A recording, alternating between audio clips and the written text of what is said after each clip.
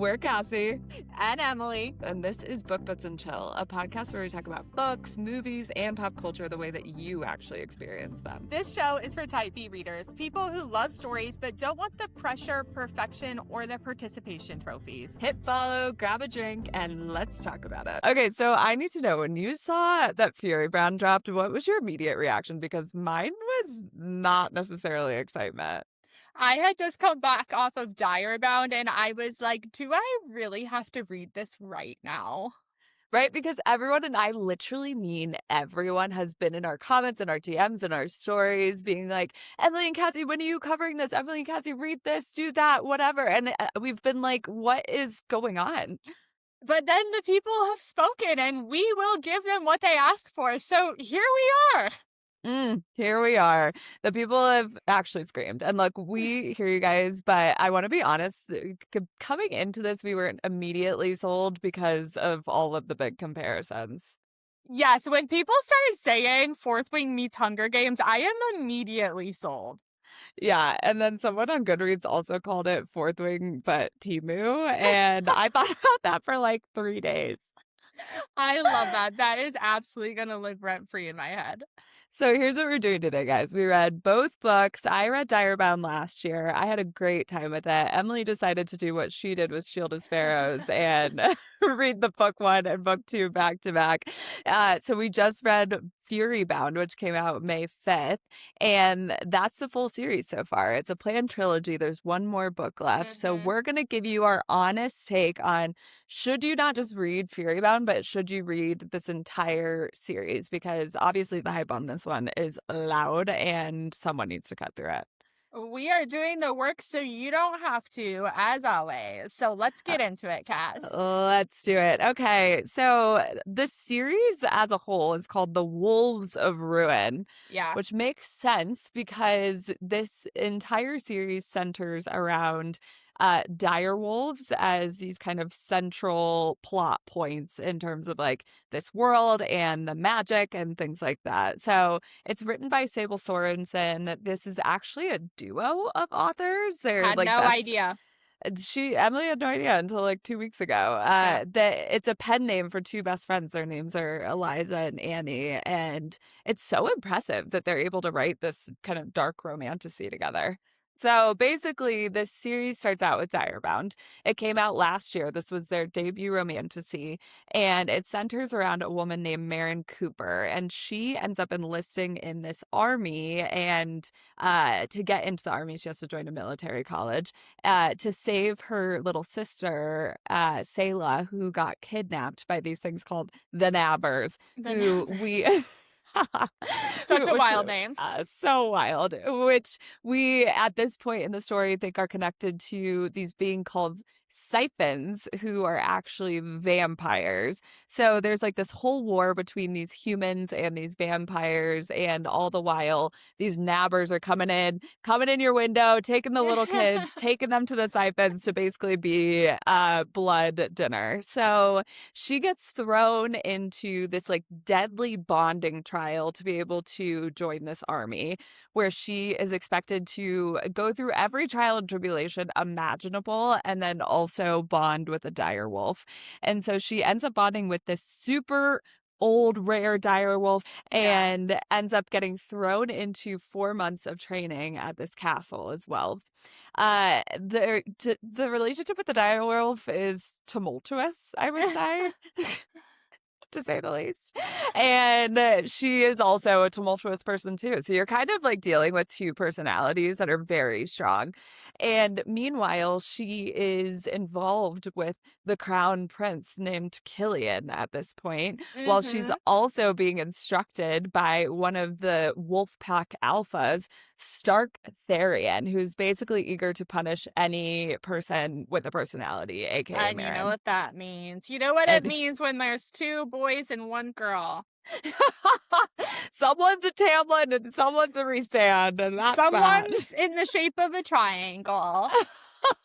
And then, so book 2, it ends with a cliffhanger, and book 2, thankfully, picks up exactly where Direbound leads off. So I think that that was a great way to keep people intrigued. And that is why people were like shouting from the rooftops, like, you have to pick up Fury Bound immediately because it picks up one sentence after Dire Bound ends. Yeah, and it really does, like, they Yeah. did not mess around with getting straight into the action, which I really loved, but this one picks up and you really have an expansion of the world, of the characters, things happen romantically that you don't fully anticipate, the magic system really grows as well, and you see a lot of growth in Marin too, so this series is basically survey like, I see the comparison with Fourth Wing and The Yeah. Hunger Games, like, I totally see it, but I would say it's just your kind of what you're getting for the most part from romantasy right now with enemies to lovers, which is not full Yep. true enemies to lovers, but we're calling it that. There's a slow burn, there's a fated mate vibe that you start to The get into book chosen 2. one. Yeah, chosen one, there's forced proximity. There's literally like it's like the greatest hits of tropes just throughout this entire series. So, This was literally made for all of the romantasy people that love romantasy because of the tropes. And those people are out correct. there. Like, there are people that eat up every single trope, and you will get every single one of them in these books. And you know what? That is very valid because truly, sometimes you just want something that feels delicious and you're watching an MMC and an FMC like growl at each other. And then, 2 chapters later, they're going to jump each other's bones. And Yeah. that's fine. That's totally fine. So, we are going to start this episode out with this spoiler free rendition of who should read this and who should not read this and give you our review as well so that you can understand if you should dive in or not if you haven't. And if you have, after that, we're going to talk about all of our thoughts on Yeah. Dire Bound and Fury Bound because there are a lot. And I don't know that you are going to anticipate many of them. I have to say, but before I read this book, the one thing I heard over and over and over again was, you should read this if you loved Fourth Wing because it is literally Fourth Wing copy and paste. And like we Yeah. said, I don't know that I exactly got the Fourth Wing copy and paste, but I think what it had Yeah. was these like magical creatures, the wolves or the dragons, and like this Yeah. bonded fate kind of thing. And I Right. think that's why people were automatically comparing it to Fourth Wing, but I don't know, Yeah. I didn't really get that when I was reading Dire Bound.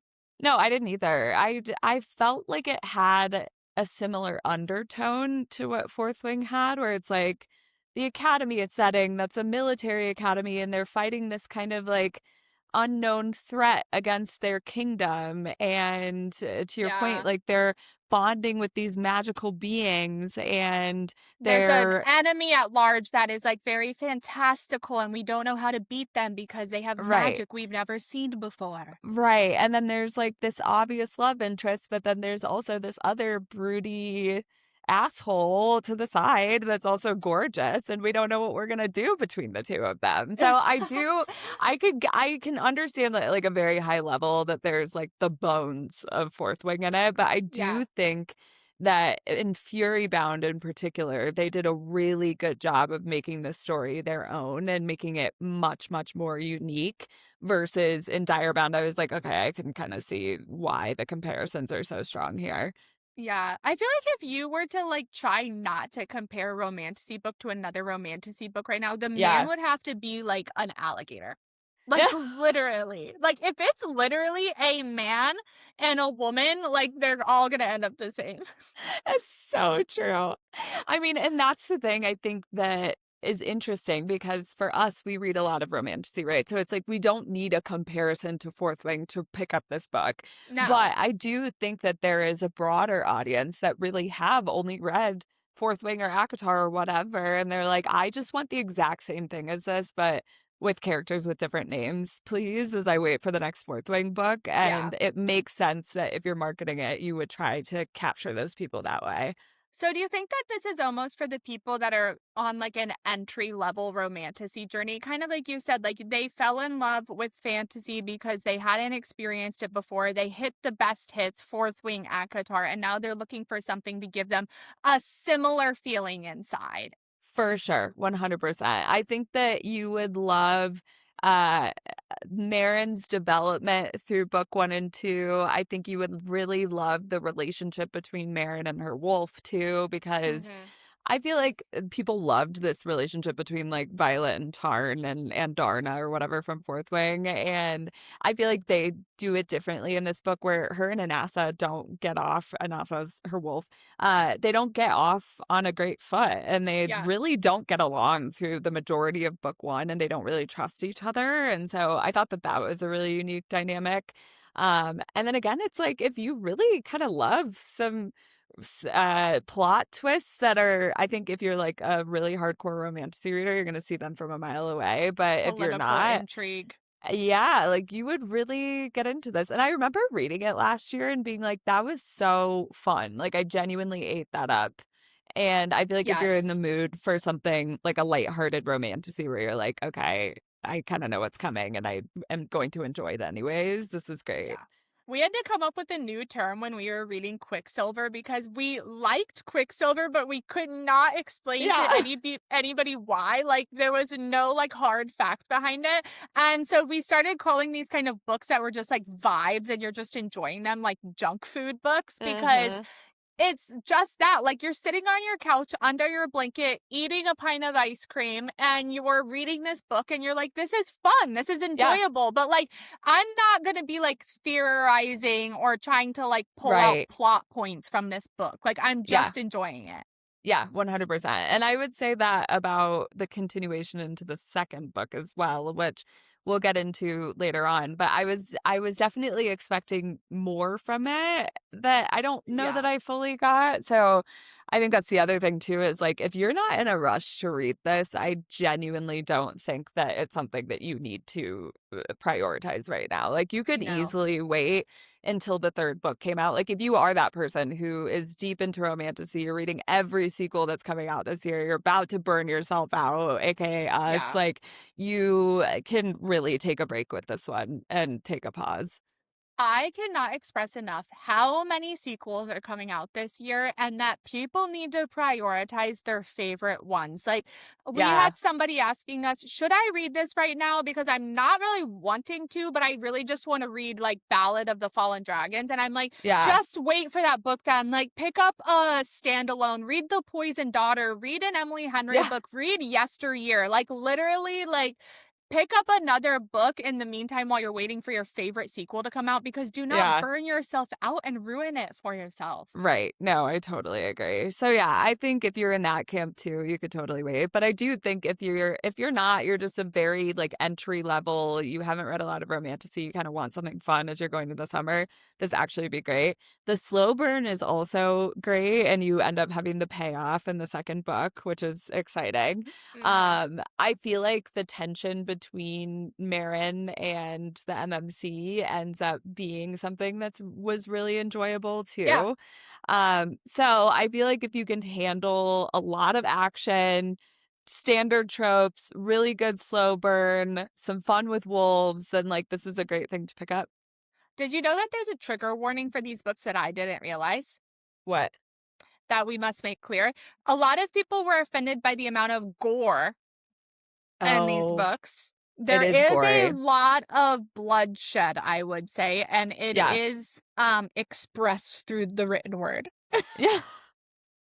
That is one thing I will say. Marin as an FMC is violent. Like she Yeah, does not play around at all. So yeah, you do need to kind of emotionally prepare yourself for that.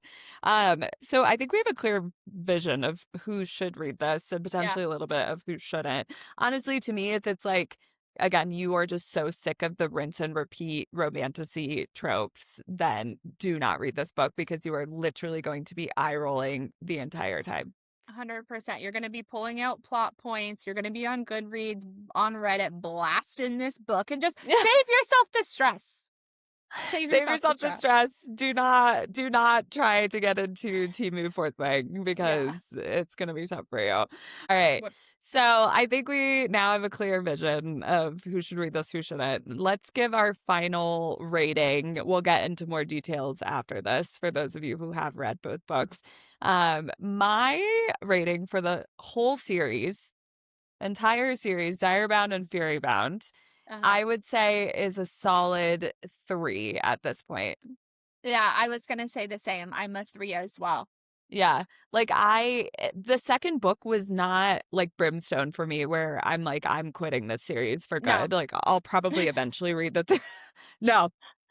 Brimstone, I got triggered. No, it wasn't as bad as Brimstone. Trust us about that. No, not even close. Like, okay, and that's the thing is a 3, I'll use Emily's line, a 3 Yeah. is very good, 3 right? is Like, average. especially after a second book in a series, like, to me, the fact that the holistic series has a 3 is amazing, and I typically get swayed by a really good ending, so, like, Yeah. who knows how I could end up rating this entire series, but up until now, I feel like I was very close to, like, a 3.75 to a 4 with Direbound because I had so much fun with it, Really? and yeah, I did. It was great, and then Furybound, I would probably give a solid 3 too.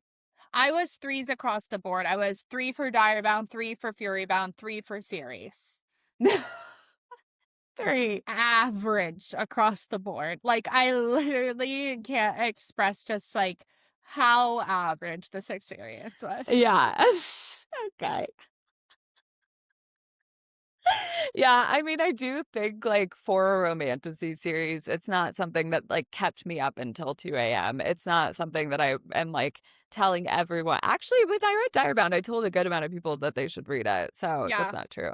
But I think for the series now, I'm like, this isn't something that I would be like, "You gotta read this tomorrow." Like, what are you doing if you're not, you know? So you have your verdict. If you've read this, keep going because we have some thoughts clearly. We're going into full book club mode. If you have not read this, just know that spoilers are abundant. And if you don't care, then please stick around because I'm sure you're still going to have some fun. All right. So let's talk about the plot and the world building first because there's a Yes. lot here Yeah. that really got expanded on in book two. Like, I felt like book one, like, Direbound was so contained, obviously, where it's like you're only in Nocturna in Yeah. this city or whatever where Marin lives. Killian is, I don't even remember what name he was going by at the Oh, beginning. Lee?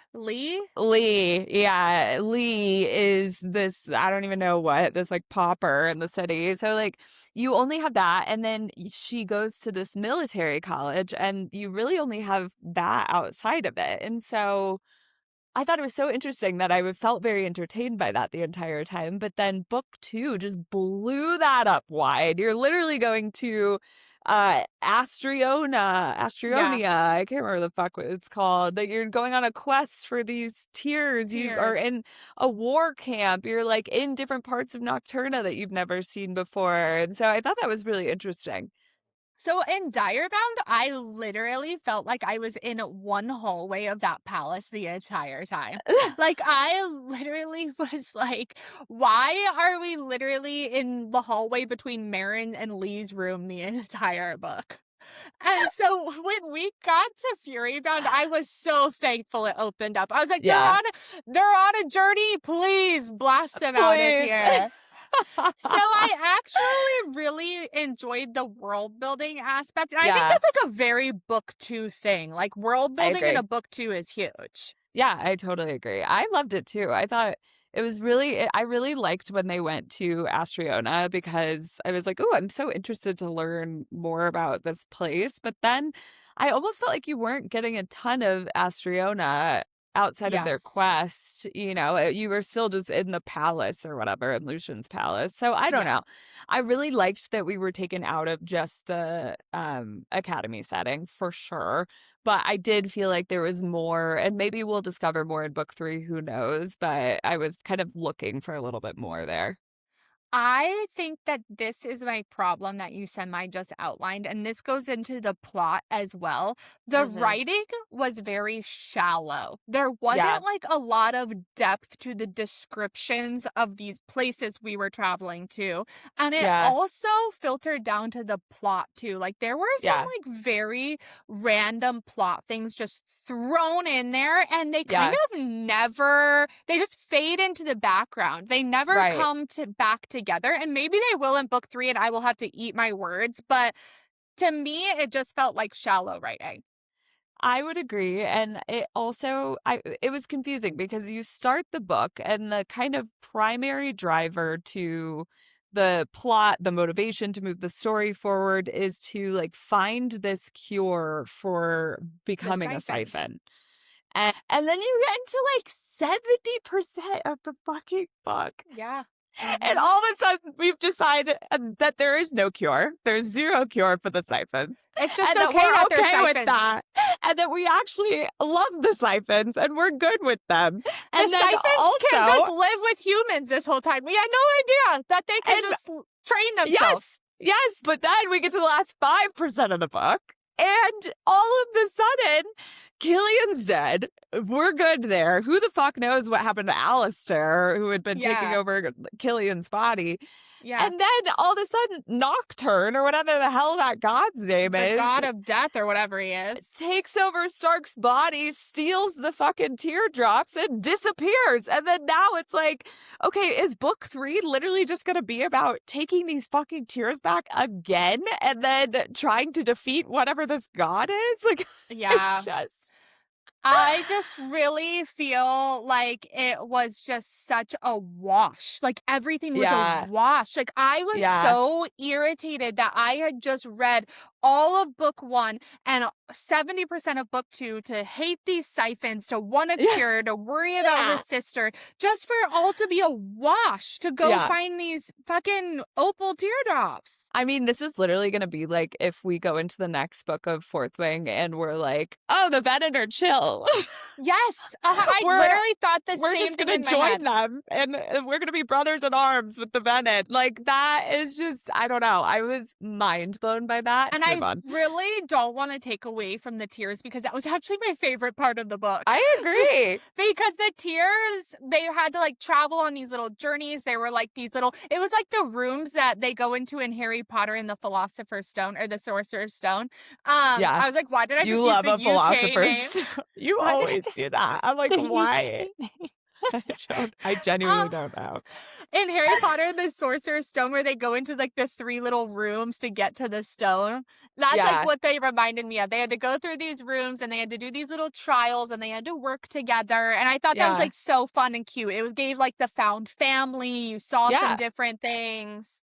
Yeah, I agree. And let me say too, like, I actually do really think that I think they do a good job of maintaining the like stakes in their plot, which is typically my biggest gripe with romantasy, where Okay. these authors sometimes cannot balance the stakes with the romance and like the action, where Okay. you have all of this action happening in book 1 or at the part of book 1 and whatever, and then it just like falls off a cliff the second they meet their love interest, and all of a sudden they're like, oh, I was here to save my sister, but now I'm like just having sex in a broom closet and I don't really care. Yeah, I agree with you. And speaking of that, there were a lot of people that died.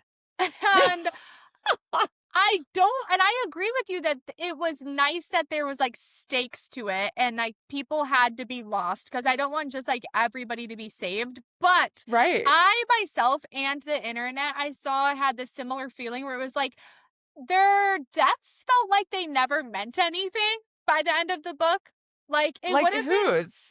like, Stark's mom just, like, dies out of nowhere, and I know it's because he Yeah. needs to become, like, the alpha whatever, omega, But she was whatever it's also called. like so abusive that I was like, I don't really care. Get Yeah, her but out you of don't care here. that she dies, but it was just, like, they talked about how she was abusive for, like, many, many chapters and how much Yeah. it bothered Stark, and then she just, like, dies and, like, nobody ever talks about it again. No, Nobody was, like, grieving over her. Stark wasn't, like, holding her hand being like, "I forgive you for everything that you know what I mean? There was, like, no yeah. big moment around it. I guess I didn't mind that because it made it feel realistic where it's like she died in battle. Like, of course, like we didn't have that moment where Stark could like dramatically cry over her body because it's like, why would he? Like, strategically, like they're not all together because they're trying to do these Strategios. things. Strategos. That's the pack that I would be in if I was in a pack. But no, I that one didn't bother me. Honestly, like they felt very okay and necessary and like I don't know. I'm like, that's one of my biggest gripes with a lot of these romantasy books is like they go through the craziest fucking shit imaginable. The deathly horrible things that they go through. Everyone survives. Yeah, Like, I get how it. is that I get it. possible? We've complained about that in the past too. I do, speaking of the characters, want to talk about the romance because Mhm. this was so wild. Yeah. I was so excited for Stark's POV, like the dual POV and Furybound. I was so pumped for because I was like, okay, he's just gonna become more than this like broody alpha asshole archetype. Like we're really gonna get to see the behind the scenes of his trauma, of his internal conflict, Yeah. of how he was raised to protect this queen, all of the things. And then I'm reading all of his chapters and I'm like, why is he just like thirsty the entire time? I'm like, 90% of his thoughts pertain to having sex with Marin and Yeah. holding himself back from doing so. And that is He literally actually it. he actually was there just for the romance. Oh my But God. did we not know what he was up to because the way it ended, you were supposed to like be so shocked by his secret, so he was kind of being like secretive that whole time? Maybe that's a part of it, which if that is, bravo, fantastic. But it did feel like he was just so lusty, you know? And I was Yeah. like, this doesn't really feel like yearning to me. It just feels like you're like a horny 5-year-old. Like I don't know. It didn't deliver in the way that I really wanted it to. Do they ever say out loud that they're like mates? Like, is that ever said? I don't think they've said it, but I feel like they're gonna say it in book 3. But like one would assume because they're like magic is talking to each other and they can Yeah. communicate in each other's minds and their wolves are mates and like all of Yeah. this stuff. And so I guess like because I knew that trope, I like always knew that they were probably going to be together. And Yeah. so like the lusting, I wasn't looking for yearning. I was like, why would they yearn? They're fated mates, obviously. So like the lusting didn't bother me as much. I did not. No, I mean they basically had no relationship in book 1 other than like hating each other, you know, and like being the like instructor versus the student. Yeah. And obviously we didn't get Stark's POV in that book, so there could have very likely been yearning and Direbound that we missed out on. But at the same Yeah. time, I'm like, I don't. It just felt so right into it, and I was like, wow, okay, she was literally just engaged a week ago She's to actually this still engaged the entire asshole second book. prince. She's actually still engaged as we speak. And here you are. And your main gripe about yourself with her is that like you don't feel worthy. And I don't know. It was very It was interesting. because the secret he was holding. I know you're right. That's probably it. But you But know what I again, did enjoy that they did with the romance was that I feel like at the beginning, Marin obviously has like very conflicted feelings about Stark, obviously, yeah, and she still has feelings for Killian. And I feel like they didn't really shy away from that, which is good. Like I felt that way sometimes in Akamath, where I was like, why is Feyre just like bye Tamlin within like yeah, 4 seconds, you know? right. So No, I liked I that they agree. balanced that a little bit better. I actually was really enjoying the spicy scenes with Killian. Well, when he was Lee. You were Yeah, such a like Tamlin sympathizer. it You, was more of like how they were written this time because like yeah, like in the Lee scenes it was like very lustful and he's like tying her up and she likes it and she yeah, loves when he like takes control and whatever. There's like a lot yeah, of like domineering happening in the bedroom. And then yeah. whenever it happened with Stark, it was just kind of like, okay, they're like doing it. I liked it more with Stark, Did honestly. you? Yes, 100%. Even I the hated, spanking? no, the spanking, I miss me on that. Hard no there. You mean But when you liked when Stark had her bent over in the river and he's spanking her bare bottom? You loved that. no, I hated that. I did love though that scene when they're on the boat and their like magic is intertwined. Yeah. And I thought that that was really unique. Like, you don't, I feel like I've always kind of maybe subconsciously wanted that out of these like fated mate bonds where they're like in each other's heads. And this is the first time that I feel like an author has like actually gone there. And I thought that they did a really good job with that. Oh, I don't know. I can't tell you what books I've read that in, but I feel like we get that. Like, don't Reese and Feyre talk in each other's minds?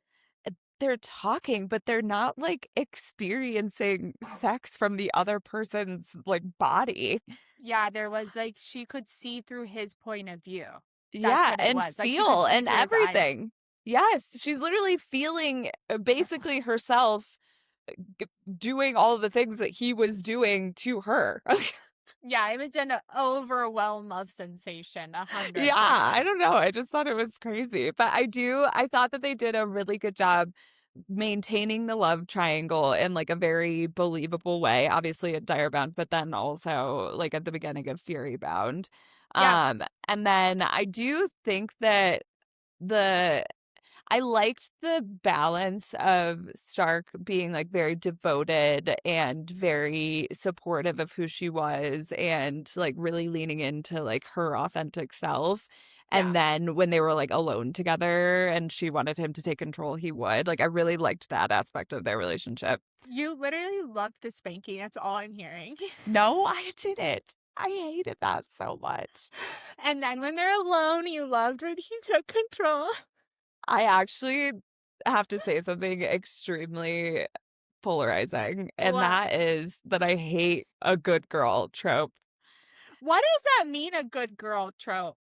Anytime it might not even be a trope, it might just be a line that we are all obsessed with, Where but it's you like know how good girl following yes, the rules. yes, yeah, I hate that. I literally despise that more I than don't think anything. I would love that either because it's like taking away the independence of the woman, I think. And that's why we would both hate that. People are obsessed with good girl. Like it's just it blows my mind. I don't understand it, but it makes Is me that cringe this every single time. is that the same as like put your hands on the headboard? Like is that like good girl? No, I think no, it's just literally saying good girl. Like you do something in sex and they're saying good girl. Like You have quite literally read this in 400 books at this point. I don't know I've why I'm clearly having to blacked it explain out. this to you. I've clearly blacked it out because I did not like that. I No, it's clearly did not literally like that. rampant throughout romance and romantasy, and it gives me the biggest ick on the planet. It's Well, too you know what much. gives me the biggest ick, which she did in a lot of the Stark scenes, and maybe that's why I didn't like them. Well, they did. It's a duo. They said, velvet length and slick fold Oh so many times. And I was like, can we please have any other word? Because I'm immediately grossed out. no, that was too much for me. It's Yeah. just there was a lot in there. I was like, oh, okay, moving on, But their continuing on. actual love, like the actual love and feelings for each other, I didn't mind. I loved it. I thought that they did a really good job of developing their relationship in a way that felt believable. You know what POV I did want? An entire wolf POV. I would have loved an Anasa POV, honestly. Yeah. I Like that would have also been unhinged. would have loved a full wolf battle. Why did they never do that? A wolf battle. Why did they never do that? Are you freaking kidding me? We spend the whole first book and like half of the second book learning about these wolves and their bonds and what they can do, and we never get a good wolf attack? I know. It's interesting. I did really love how I think the most compelling part of this magic system and the world building is the wolf bond. And like 100%. I loved learning in Fury Bound that Anasa had like waited for centuries for Marin and she had been like this lone wolf for however long. And I don't know. I thought that that was really cool. Yeah. And this like combination of the magic between these wolves and like how they tap into the bond and like how they communicate across the bond and all of that stuff. Like I loved that aspect of it. So I was like, I don't know that I need more action out of these wolves because I feel like I'm just Oh, getting so much already. I did. One of the things about these wolves, though, is that they only ever bond with one person. Right. Yeah, because, like, they die when the humans die, and I also didn't right. like that. I thought these wolves should live forever. No, I liked that they would die because again, it adds actual stakes. It's like you don't just get to like that's actually a gripe that I have with Fourth Wing, where it's like if the rider dies, then they just like the dragons are just like, all right, that On to the sucks, next bye. one. Yeah, like, but it's like, oh, you've shared this like mental and emotional bond with this other being for this long, and then all of a sudden you could just be cut off like that, and it's fine. Like that's crazy to me. Do you think the one thing that I was hoping to see that we're never going to see now is this like vampire v wolf thing because uh these Because Twilight. because Twilight, but also the fact that these wolves like are to understand in the first book and a half basically that these wolves are like specifically bred and trained to kill siphons, and Yeah. then you learn that the siphons are good. And I'm like, oh damn, we're never gonna get a vampire v wolf setup here. That's a Who bummer. are the wolves ever gonna fight? I'm serious. Like, who is like Nocturna's army gonna be? I don't know. I mean, they're gonna have to fight this god at some point in book 3, I guess. Just him? I don't know. Like, you know what I mean? Like, is it Yeah, literally gonna be again the same thing as book 2 where he takes a thrall power over half of the army and like it's just the same thing again? maybe. Honestly, I don't know. Or maybe Lucian turns bad and he No, turns the because siphons on no, them. Oh, no. I really love okay. Lucian. Friend. And so I don't think he's turning bad, but I Who truly knows? cannot figure out what is going to happen in book 3. No, I have no idea. It's like either going to be extremely predictable or it's going to be so out of left field and I'm going to be mystified by it. And so that's why I can't figure out if like I'm going to read the third book. Oh, oh. I thought you said you were going to. Just not rush No. into it. Oh. Oh, so this is like Brimstone too. In a way, but Brimstone was just like so bad. I like can't express like how much I dislike that book. And like I didn't dislike this book, but like oh my god, there's a new book coming out like every 3 days. And if, I especially know. if you read outside of romantasy genre, like there's Yeah, new books hitting our shelves constantly. And I'm like, can I make space for this if I'm giving it an average score? that's fair. I'm not going to rush into it, but I'll definitely read the third book, I would say. I do think the book 1 setup for this series was so strong. This book 2 was good. I actually think in a lot of ways it was better than book 1 because I think that they like really matured their writing style. They obviously matured their ability to build out these worlds, build out these characters, build out the magic system, all of that stuff. Like I think there was a lot of maturity that I saw in this book versus the first book, which is Yeah. great. Um, but I do think the fact that what happened at 70% happened, I think like really threw it off for me, unfortunately. Yeah. And I do have a question about that. Do you think that as readers, we are like becoming too greedy? Like we're becoming too greedy for these plots to pick up early on in book 2? Like, should we be more patient? Well, I don't know if it's about us readers or not. I think it might have just been some choices that they made with the story, again, intentional or not. Because when we were reading Rights of the Starling, a similar thing happened where like they announced this quest at the end of book Yeah, 2 and did not get into it at all. And like obviously that's what book 3 is going to be about. And I'm like, yeah, wait, is this like a common literary technique? maybe. And also, I do low key set it. I think it set up potentially a weird plot twist in book 3 that like Stark ends up actually being a villain and that they get like separated or something like that in book 3. Well, he's definitely going to be puppeteered by Nocturna, but like he can't be Mm. like bad, you think? I don't know. That's She where I'm already like, had I one of don't those. know. She, that's true. Wait, that just made me think of a question that I think is really important. Okay. Do you think that Killian was actually bad or like should he have died because was he just being puppeteered and was an innocent in this all? No, he definitely should have died. But100%. he was, like, taken over by Alistair. Like, was he actually bad or was Alistair making him bad? But weren't there multiple parts where he was like, Alistair can't reach us in the shadow realm or whatever. It's just me. And like, he was still plotting and planning the entire time. But, was he poisoned still in the shadow realm? Like, you know what I mean? Like, Poison. if he would have never had that person enter his body, would he have been bad? Yeah, I don't know.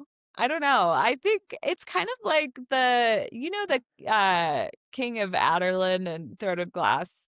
Like he was Yeah, also possessed by one of these like Val kings or whatever. I can't even right. remember. And he had to die. Yeah, because they had to end the Valks or whatever to Yeah, but like so they couldn't end this brother out of Killian without killing Killian. I know, but that's what I'm saying, like, I was actually sad for the King and Dorian in Throne of Glass, like, am I Yeah, kind that of was sad. sad for Killian? No, I need you to stop with the Tamlin sympathizing. Is Am Killian I going to actually come back sad to life? for the love of my life, Killian? Is Nocturna gonna, like, bring him back from the dead and that is gonna be her real love interest? Oh my God. That's book 3.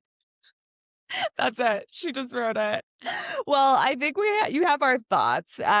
Regardless, this series has done super well. Direbound was a New York Times bestseller. It was like a best romantasy book of the year on multiple lists. Like it's Sold out in done my very bookstore. sold out in the bookstore. So, whether or not it's a perfect book, I do think it's a fun time. And again, I do think that I will be continuing with the series. I think that I will wait for your review. If you could do a solo episode on the 3rd book and then let me know if I should read it, that would be great. Yeah, why don't we do a quick Q&A and you can do that. You can Yeah. ask me the questions and I'll answer. Thank God for the BBC. Woo, thank you. Well, if you reach the end of this, if you loved the book and you just listened to our, I don't know what I'm going to call it, synthesis of it, I'm sorry. If you felt the same, let us know in the comments. If you haven't read it and we convinced you to or did not, also let us know because we are always interested in what you're reading and if we're helping or not.